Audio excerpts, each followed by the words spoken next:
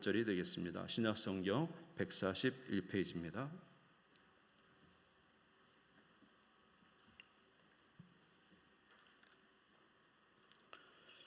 누가복음 제24장 44절에서 48절입니다. 신약성경 141페이지입니다. 찾으신 줄 알고 봉독하겠습니다.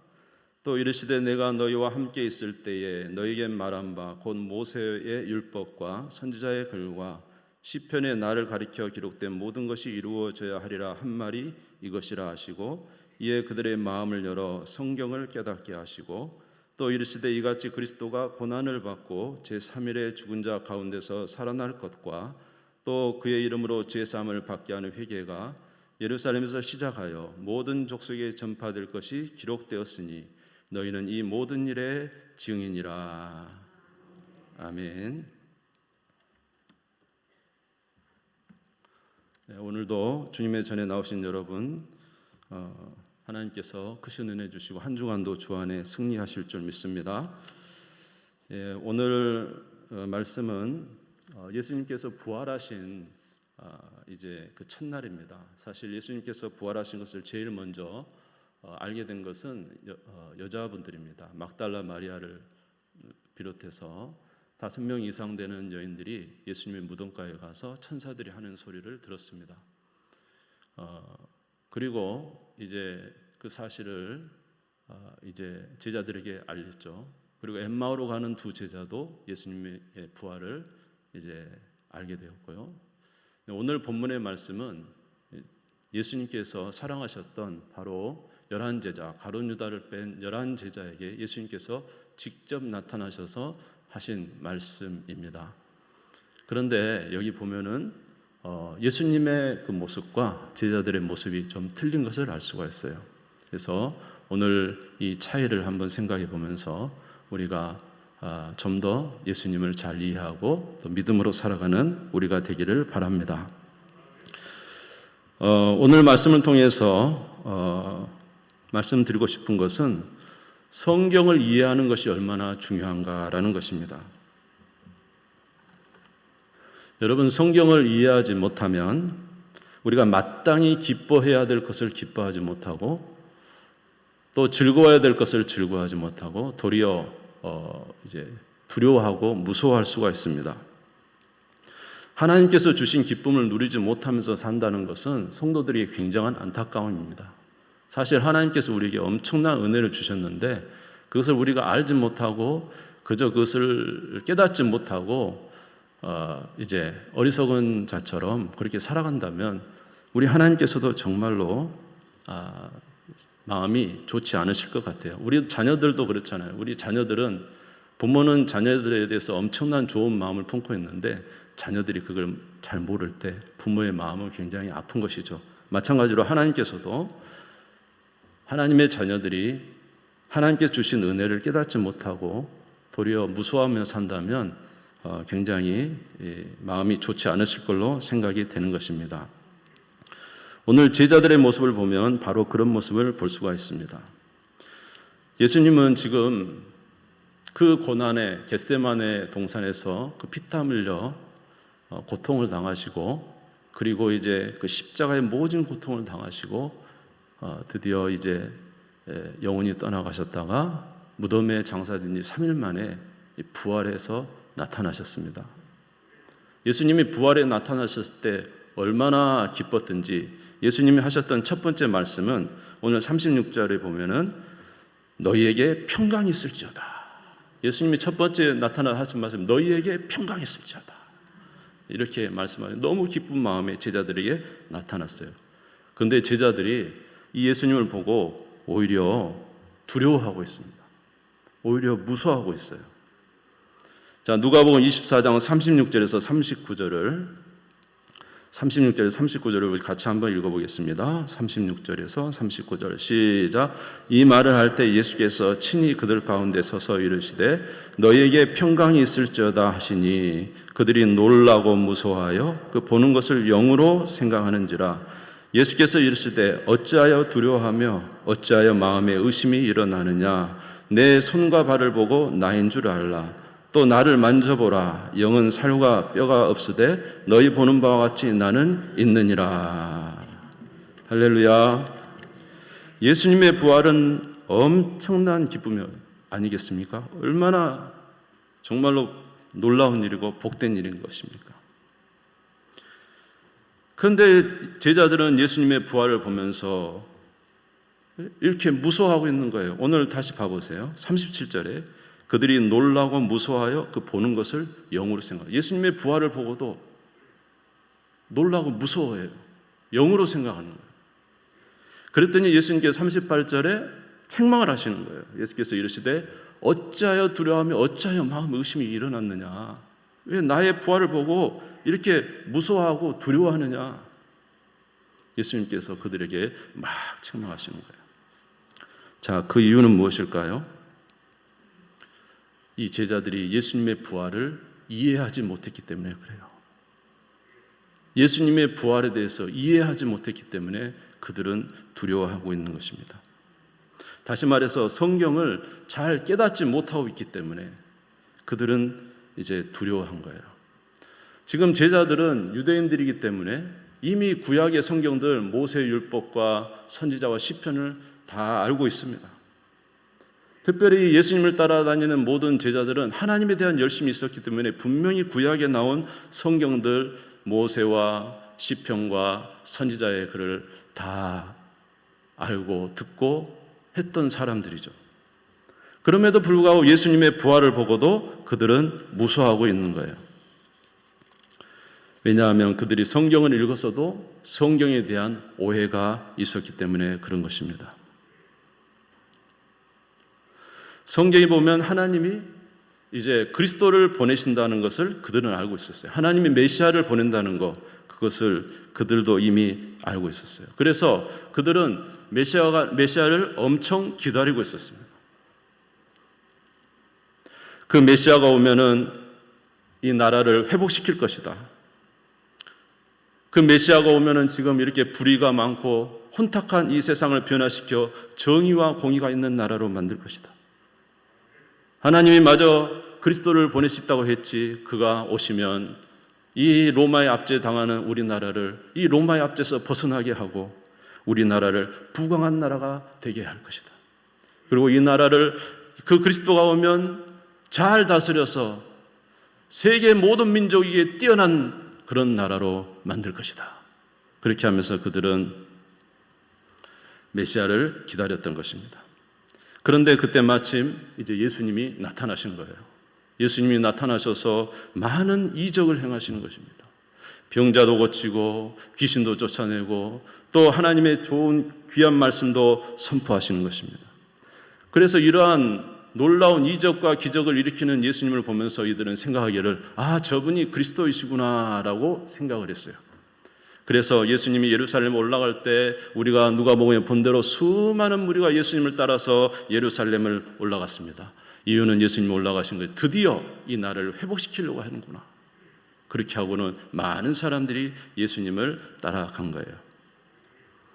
그런데 놀랍게도 예수님은 예루살렘에 올라가셔서 자기들의 기대와는 전혀 반대로 그저 힘없이 대제사장과 장로들에게 붙잡혀서 그리고 많은 고난을 당하고 멸시를 당하고 침뱉음을 당하고 그리고는 자기들의 기대와는 너무 상관없이 그렇게 허무하게 잡혀서 십자가에 못 박혀 처절하게 죽어버리고 말았던 거예요.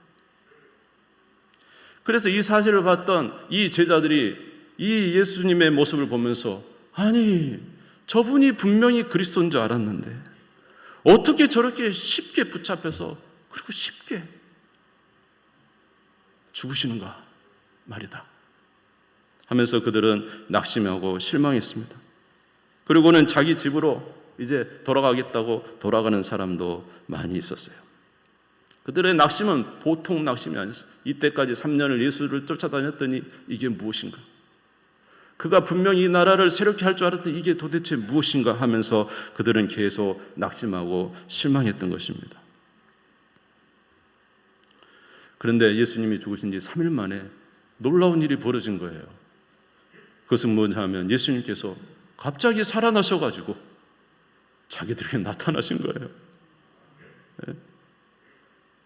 그것도 영으로 나타난 게 아니라 진짜 몸으로 부활하셔가지고 그들에게 나타나서 얘들아 내가 너희에게 이렇게 살아서 왔단다. 자, 내 손을 보거라. 너희를 위하여 내가 못 박힌 못자국에 손을 넣어보고 너희 발에 너희 손가락을 넣어보고 너희를 위해서 찔렸던 옆구리에 너희 손을 넣어봐서 내가 이렇게 산 것을 알기를 바란다 하고 예수님이 갑자기 나타나신 거예요. 제자들은 갑자기 나타난 예수님 보고 너무 두려운 거예요. 여러분, 죽은 사람이 갑자기 살아났습니다. 그리고는 와서 나 살았어 이렇게 하면은 여러분 무섭겠죠. 제자들도 마치 그런 두려움이 있었던 것 같아요. 그래서 예수님은 계속 말해요. 내가 이렇게 너희를 위해서 살아났다. 제발 나를 믿어다오. 내 손가락을 보고 내 옆구리를 보고 너 나를 보고 나를 믿으라고 계속 제자들에게 말해도 제자들은 믿지 않습니다. 다시 24장 37절 38절을 읽었지만 또 한번 읽어봅시다. 24장 37절 38절 한번 읽어봅시다. 시작. 그들이 놀라고 무서워하여 그 보는 것을 영으로 생각하는지라. 예수께서 이르시되 어찌하여 두려워하며 어찌하여 마음에 의심이 일어나느냐. 그들이 믿지 못하고 있는 거예요. 그래서 예수님께서 그들이 예수님의 부활을 믿지 못함으로 이제 예수님께서 하시는 일이 있었습니다. 그것은 바로 성경을 풀어주시는 일을 하신 거예요. 성경을 풀어서 그들에게 알려주시는 거예요. 할렐루야. 자, 누가복음 24장 44절에서 45절을 같이 읽겠습니다. 44절 45절 시작. 또 이르시되 내가 너희와 함께 있을 때 너희의 말한 바 곧 모세의 율법과 선지자의 글과 시편에 나를 가리켜 기록된 모든 것이 이루어져야 하리라 한 말이 이것이라 하시고 이에 그들의 마음을 열어 성경을 깨닫게 하시고. 할렐루야. 그래 믿지 못한 그들에게 예수님이 하신 건 뭐냐면 모세의 율법과 선지자의 글과 시편의 글을 통해서 자기에 관해서 계속 설명을 하시면서 그 성경을 펼쳐서 성경을 깨닫게 하셨다는 것입니다.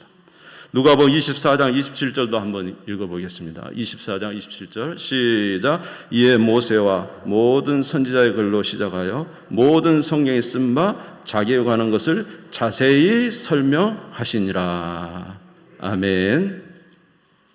그래서 예수님께서 자신에 대해서 성경을 통해서 풀어서 설명을 하시는 거예요. 그들의 믿음 없음, 믿지 않은 그 제자들에게, 믿지 못하는 제자들에게.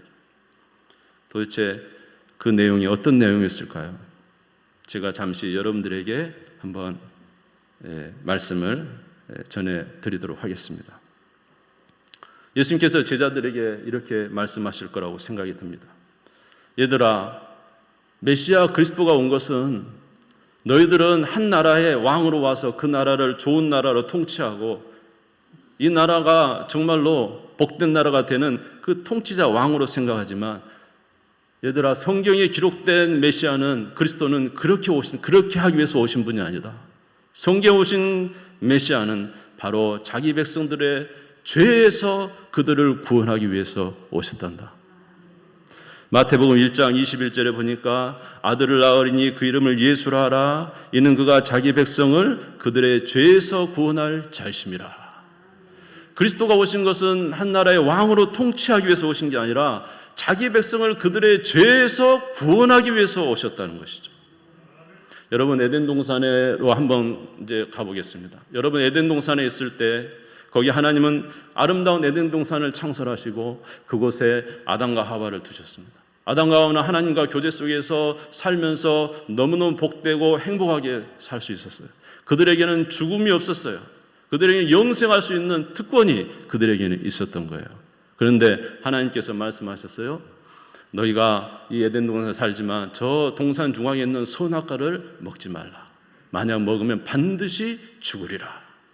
그런데 아담과 하와가 그만 뱀의 꼬임에 의해서 선악과를 먹고 말았습니다. 그들에게는 뭐가 들어왔습니까? 죄가 들어오고 죄의 싹스 뭐죠? 사망입니다. 사망이 그들 안에 계속 들어오게 된 거예요. 그래서 죄가 들어올 때부터 이제 그들의 관계도 깨지고 몸에 질병도 생기고 결국은 이제 죽고 말게 된 거예요. 여러분, 사람이 한 번 죽는 것은 정해지고 그 위에는 뭐가 있습니까? 심판이 있죠. 죽은 이유는 심판이 있으니 보니까 아담과 하와 이후에 태어난 모든 사람은 죽어서 멸망하게 돼 있는 거예요. 그래서 하나님께서 그런 아담과 그 위에 모든 사람들, 오늘 저와 여러분까지 모든 사람들 구원하시기 위해서 하나님께서 구원 계획을 세우셨습니다. 바로 그리스도를 보내시기로 한 것입니다. 창세기 15장을 한번 보겠습니다. 창세기 15장 같이 읽읍시다. 시작. 내가 너로 여자의 원수가 되게 하고 내 후손도 여자의 후손과 원수가 되게 하리니 여자의 후손은 내 머리를 상하게 할 것이요 너는 그의 발꿈치를 상하게 할 것이니라 하고. 아멘. 여자의 후손을 보내서 너희들을 구원하겠다고 한 것입니다. 다시 말해서 그리스도를 보내서 구원하기로 이미 창세기부터 하나님은 계획을 세우셨습니다. 그러면서 예수님은 그리스도는 이렇게 그들의 죄에서 구원하기 위해서 하나님이 보내신 자다. 그런데 너희들 계속 성경을 읽어보면 알 수 있을 거야. 성경에는 계속 피 이야기가 나와. 피 이야기. 아담과 하와가 범죄한 이후에 무화과 나무로 이렇게 가리고 있을 때 하나님께서 어떻게 하셨죠? 그들에게 가죽옷을 지어 입혔습니다. 여러분, 가죽옷을 지어 입힌다는 것은 분명히 그 짐승이 죽었다는 이야기죠. 피를 흘려서 죽었기 때문에 죽은 짐승, 한 마리의 짐승, 두 마리의 짐승을 죽여서 그 가죽옷을 입혔기 때문에 분명히 피 흘리고 죽는 짐승이 있었다는 거예요. 또 출애굽기에도 여러분이 잘 아시지만 6월절 날 애굽의 모든 그 죽음의 심판이 다가올 때 이스라엘 백성들은 다 양을 잡습니다. 양을 잡아가지고 양을 죽여서 그 양의 피를 어디에 발랐죠? 문설주에 바르면 넘어갔습니다. 반드시 심판에 의해서 재앙의 그들의 죄로 인해서 심판이 와야 될 그들에게 짐승이 대가를 치르고 죽은 거죠. 그리고 그 피를 바르니 넘어간 거예요. 아멘. 무언가가 대속했기 때문에 그들의 죄를 하나님이 간과하시고 넘어갔다는 뜻입니다. 여러분, 구약성경에 나오는 모든 제사에는 백성들이 죄를 지은 그들이 하나님 앞에 나아갈 때는 항상 짐승을 죽여서 그 피를 제단에 뿌려야 하나님이 그 제사를 받았습니다. 피 없이는, 피 흘림 없이는 죄사함이 없거든요. 아멘. 봐라, 구약성경에 보면 계속 피 이야기가 나온다. 그리고 드디어 마지막으로 이사야서 53장 5절을 한번 같이 읽겠습니다. 이사야 53장 5절 시작. 그가 찔림은 우리의 허물 때문이요 그가 상함은 우리의 죄악 때문이라. 그가 징계를 받음으로 우리는 평안을 누리고 그가 채찍에 맞음으로 우리는 나음을 받았도다. 할렐루야. 그리스도는 한 나라의 왕으로 오는 것이 아니라 그 백성들의 죄악을 대속하기 위하여 자기가 찔림을 당하고 상함을 당하고 징계를 받음으로 그 백성들을 구원하기 위해 오신 분이 그리스도야. 이렇게 말해 준 것입니다. 그런가 하면 성경에는 부활에 대한 예언도 있단다. 시편 16편 9절에서 10절에 보면 다윗이 하나님을 찬양하면서 지은 그리스도께서 부활하실 것에 대해서 이제 기록된 것이 있어. 시편 16편 9절에서 10절을 같이 또 한번 읽겠습니다. 네, 시편 16편. 네, 같이 읽겠습니다. 시작. 이러므로 나의 마음이 기쁘고 나의 영도 즐거워하며 내 육체도 안전히 살리니 이는 주께서 내 영혼을 수월에 버리지 아니하시며 주의 거룩한 자를 실망시키지 않으실 것임이니라. 아멘. 여기 보면 주께서 내 영혼을 어디에 버리지 않는다고요? 수월에 버리지 않냐고. 그 거룩한 자로 멸망시키지 않는다. 성경에 기록된 걸 봐라. 그리스도께서 와서 피 흘리시며 그들의 백성의 죄를 위해서 죽으시고, 그러나 절대로 하나님이 그 영혼을 수월에 버리지 아니하시고 그 거룩한 자를 멸망시키지 않을 것이라고 기록되어 있지 않니? 그러므로 그 죽음에서 하나님이 반드시 건져낼 것에 대해서 기록되어 있단다. 내가 구약 성경의 요나서를 보지. 요나가 어떻게 했느냐? 요나가 물가에 바다에 던졌을 때 물고기 입속에 들어갔죠. 물고기 속에 들어가서 며칠을 있었지?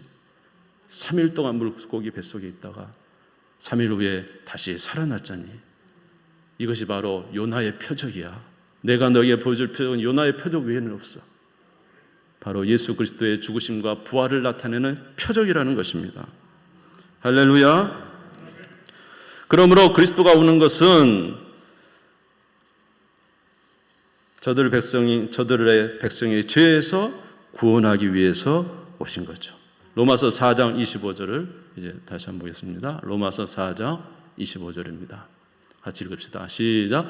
예수는 우리가 범죄한 것 때문에 내줌이 되고 또한 우리를 의롭다 하시기 위하여 살아나셨느니라. 할렐루야. 예수는 우리의 범죄한 것 때문에 내줌이 되고 우리를 의롭다 하시기 위해서 살아나신 것입니다.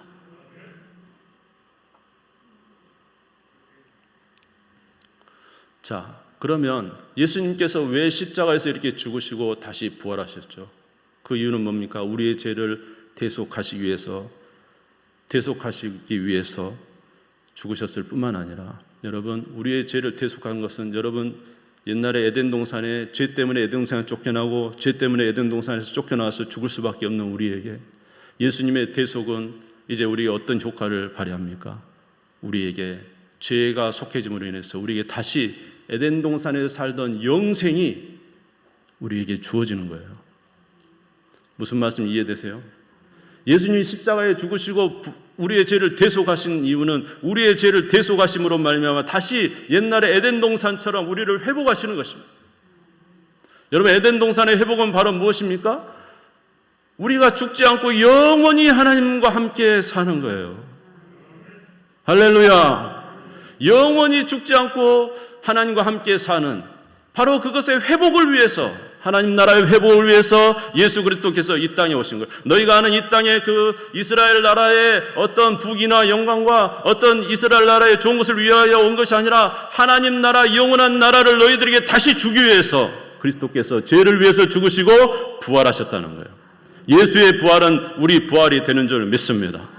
여러분, 제가 예수의 부활이 얼마나 귀중한 건지 압니까, 여러분? 아담 한 사람이 이 땅에 와서 죄를 지음으로 우리에게 죽음이 왔습니다. 그런데 제2의 아담 되신 예수님께서 죽음에서 살아나셨어요. 아멘. 그가 부활하신 것은 바로 우리가 부활하는 거예요. 왜냐? 예수님이 머리시고 우리는 그의 지체고 우리는 그의 몸이니까. 아멘. 예수 그리스도, 우리 인간의 대표이신 예수 그리스도가 부활하신 것은, 그가 부활하신 것, 그를 믿는 우리는 반드시 하나님이 우리를 구원해 내시는 거예요. 왜냐하면 예수님이 부활하신 것은 우리의 부활의 확실한 보증이고 우리의 예증인 것입니다. 예수 그리스도의 부활이 있기 때문에 우리도 반드시 부활합니다. 믿으시기를 주님의 이름으로 축원합니다. 그래서 하나님은 예수님을 보내신 목적을 분명하게 요한복음 3장 16절에 말씀하고 있어요. 우리 같이 읽읍시다. 시작. 하나님이 세상을 이처럼 사랑하사 독생자를 주셨으니 이는 그를 믿는 자마다 멸망하지 않고 영생을 얻게 하려 하심이라.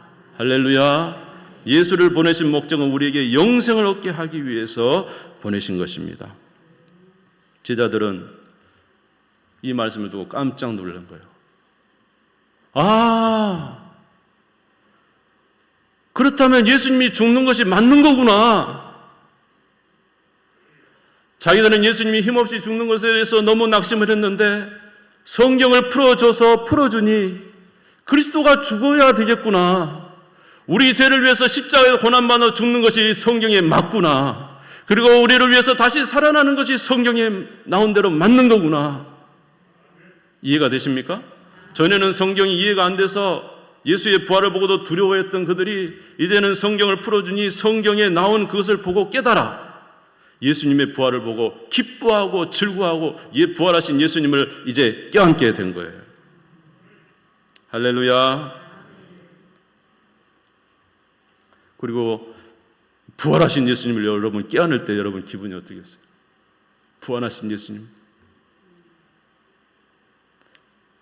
얼마나 기쁘겠어요? 부활하신 예수님이 계시면 우리도 부활하는 거 아닙니까? 네? 그래서 모든 의문이 사라지고 그들의 마음에 뜨거움이 생겼습니다. 누가복음 24장 32절 같이 읽겠습니다. 시작. 그들이 서로 말하되 길에서 우리에게 말씀하시고 우리에게 성경을 풀어주실 때에 우리 속에서 마음이 뜨겁지 아니하더냐 하고. 할렐루야. 마음이 뜨거움이 생겨. 시편 16편 11절도 같이 읽겠습니다. 시작. 주께서 생명의 길을 우리에게 보이시리니 주의 앞에는 충만한 기쁨이 있고 그 오른쪽에는 영원한 즐거움이 있나이다. 다윗이 이미 미리 보고 쓴 시편 16편은 예수의 부활을 알고 생명의 길을 우리에게 보이셨어요. 여러분, 예수는 생명의 길입니다. 예수 그리스도의 영생을 이루는 길입니다. 예수를 통해서는 충만한 기쁨이 있고 영원한 즐거움이 있는 줄로 믿습니다. 그러므로 성경을 깨달아 아는 것은 우리에게 큰 기쁨을 줍니다. 예? 성경을 모르면 두려움 속에서 사던 자들도 성경을 깨달아 알면 큰 기쁨이 옵니다. 여러분, 마틴 루터라고 종교개혁자 아시죠? 그때 당시에 가톨릭에서는 인간이 고행을 해서 선을 행해야 구원을 받는다 그랬어요. 그래서 자기는 구원을 받고 싶어서 얼마나 노력을 했는지 몰라요.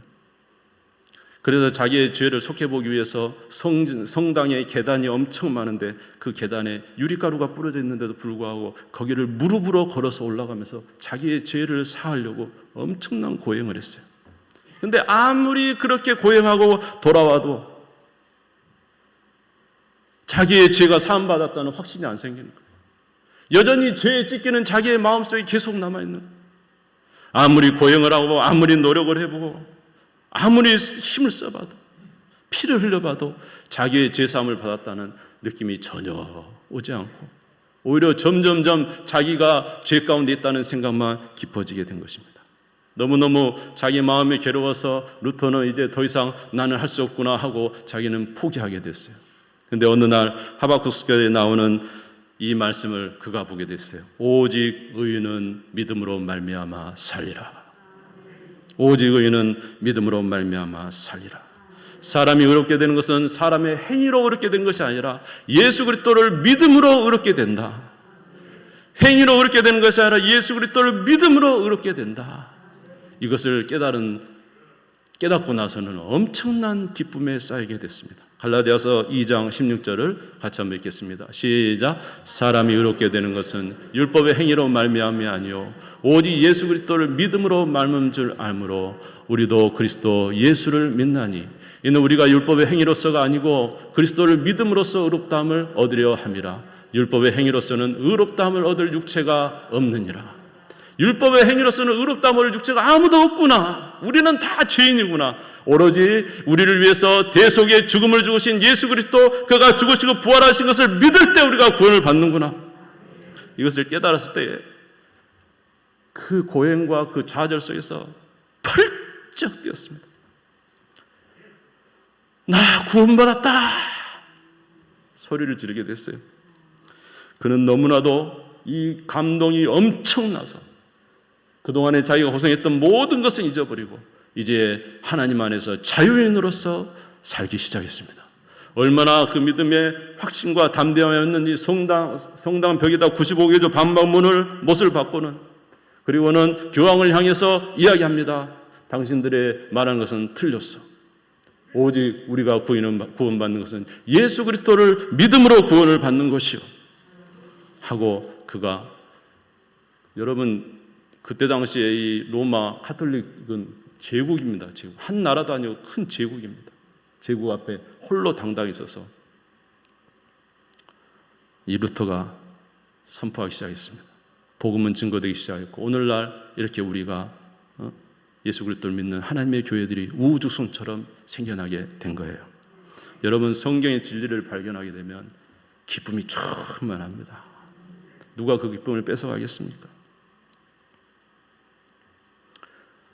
시간이 많이 가서 다른 예화를 좀 들으자 합니다. 하박국 선지자도 마찬가지죠. 나라가 망해가는데 너무너무 마음이 아팠는데 하나님이 그 백성을 여전히 사랑하시고 그들을 놓지 아니하시고 그들을 사랑하고 계신다는 걸 깨달을 때 그는 춤췄어요. 하박국서 3장 16절 18절 한번 성경 말씀만 읽겠습니다. 시작. 내가 들었으므로 내 창자가 흔들렸고 그 목소리로 말미암아 내 입술이 떨렸도다.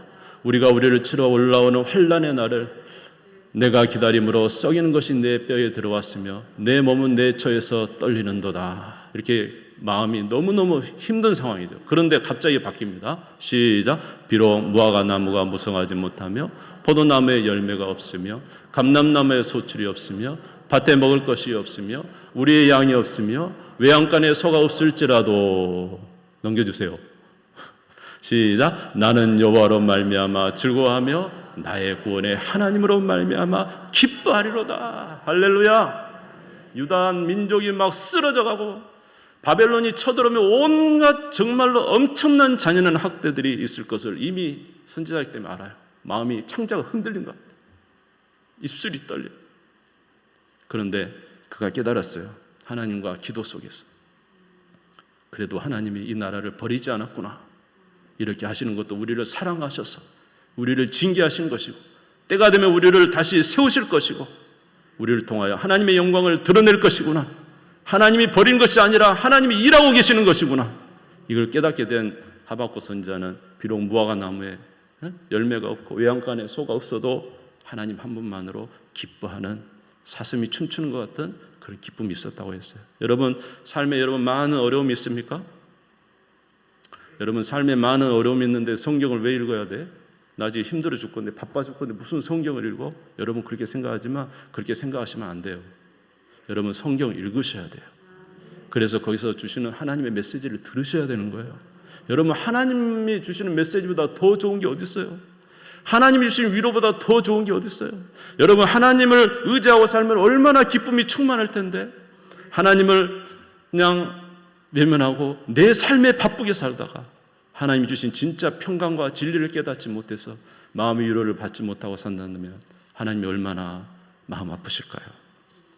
그러므로 사랑하는 성도 여러분, 성경을 읽으시기를 주님의 이름으로 축원합니다.